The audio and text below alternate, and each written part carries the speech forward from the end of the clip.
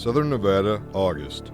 You and your crew IA'd the fire at 10 o'clock. Now it's close to 1800. The temperature's been over 100 since noon. You've been running and gunning for almost 8 hours straight without a break for food or water. The whole crew has been focused on punching line around the fire and hasn't really thought about breaks. Only 6 or more chains, we can hook it. The crew is bunching up. Line production is dropping like a rock. You bump up to the lead saw to see what's holding up the line diggers. You ask him if he's feeling okay. Yeah, sure. Need to get it around the fire, boss, he replies. His face is flushed, his legs are shaking, and he has the 1,000-yard stare. You notice that he still has 2 full canteens in his line pack, and then suddenly he passes out. Heat stroke. Did you miss something? If we're not paying attention to the symptoms, we're going to start seeing the signs. And what's really key to that is by the time the symptoms go away and we are seeing the signs, we're cascading down that hill at a lot faster rate. In this module, we will focus on heat-related illnesses as it relates to you, the wildland firefighter. You will learn how to recognize symptoms, proper treatment, and preventive measures that you can take. To lead our discussion on these topics are Bill Arsenault, a fire line paramedic, and Dr. Gary Brandecker, an emergency room physician at St. Luke's Hospital in Boise, Idaho. We have 3 types of heat illnesses. We have heat cramps, heat exhaustion, and heat stroke. Oftentimes, we kind of just move on to the next one without even realizing it. Heat cramps are painful, brief muscle cramps that occur during exercise or work in a hot environment. Heat cramps can be caused by inadequate fluid intake and failure to replace electrolytes like sodium, potassium, calcium, and magnesium. When you have someone who's been working hard and they've been sucking water, but they're still having cramps, it's because their chemicals in their body are off. They need to replenish some of their salts. They may be starting on the dehydration path. Heat exhaustion is a form of heat-related illness that can develop after several days of exposure to high temperatures and inadequate or unbalanced replacement of fluids and electrolytes. Heat stroke, unlike heat cramps and heat exhaustion, is a true medical emergency and can be fatal if not treated promptly and properly. The person's cooling system stops working and the internal body temperature rises. When you start reaching a body temperature of 105, 106, you can start to break down muscle tissue, break down proteins, and if the temperature continues to increase, you can start to create liver problems and brain problems and cause brain swelling, altered mental status, coma in those situations.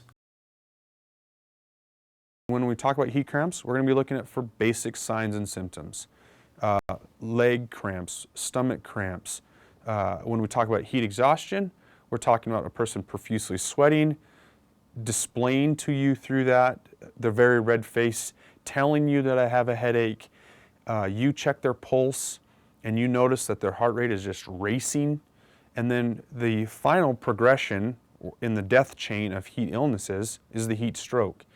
And that one in and of itself, if we're at that stage, we're already behind. Your body has numerous mechanisms when it senses danger. The key to identifying heat-related illness is listening to your body. If you're not feeling quite right, take a break and make a quick assessment of your condition. Don't feel like you have to power on through the symptoms of heat-related illness. The first thing is to have that person disengage.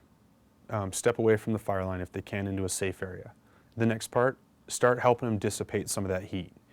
Whether it's taking down their fire shirt and taking off their t-shirt and getting them some fluids. The other key component of that is once you recognize there's a problem, don't wait to notify your leader. If it's already starting to happen, get the line EMT or the line paramedic who has the IV fluids over to that situation. Because as we all know, sometimes it's not going to be a 5-minute response like it would be in the city. The key point behind all of this is stopping the emergency before it cascades to a worse event and getting the resources that you need there to help you. You and I working on the fire line can be working right next to each other for 2 or 3 days straight, or 10 days, eat and smoke together, and I say to you, gosh, Scott, you got any ibuprofen? I really have a headache. And you think in your mind, well, I've got a headache too. We all have a headache. But then here's the difference. A half hour later, I sit down, my face is extremely red, I'm sweating profusely. You're seeing the signs because I'm red-faced, I'm sweating profusely, and now I'm sitting down.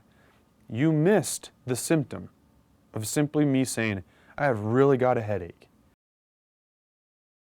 How much water have you drinking?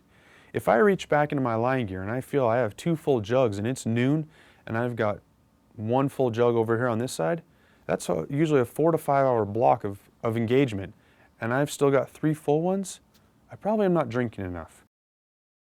The most important thing is to avoid fluids with caffeine, because fluids with caffeine are actually going to have a diuretic effect. And what I mean by diuretic effect is that they're going to cause you to urinate more fluid than you're probably taking in. The way we acclimate to heat is part of it is being in good physical condition. If you have underlying medical conditions, it will affect your ability to acclimate to the heat. Also, probably getting used to a new environment slowly. You know, you don't want to go from being at a relatively cool climate to a hot climate and right away try to exercise, and also elevation could be a factor too. 2 key points to walk away with today for heat illnesses. 1, make sure you take the time to look in your IRPG, wherever it is, and review heat illnesses, heat cramps, heat exhaustion, and heat stroke. Recognize the signs and the symptoms in there, place them in your memory so that when the next time you're out on a fire line and someone says, my muscles are really sore, or all of a sudden they start vomiting, and you look at them, their face is very flushed, you recognize that, oh, I read that in my RPG, we need to stop this emergency. The next part is taking the time to correct the incident before it becomes worse.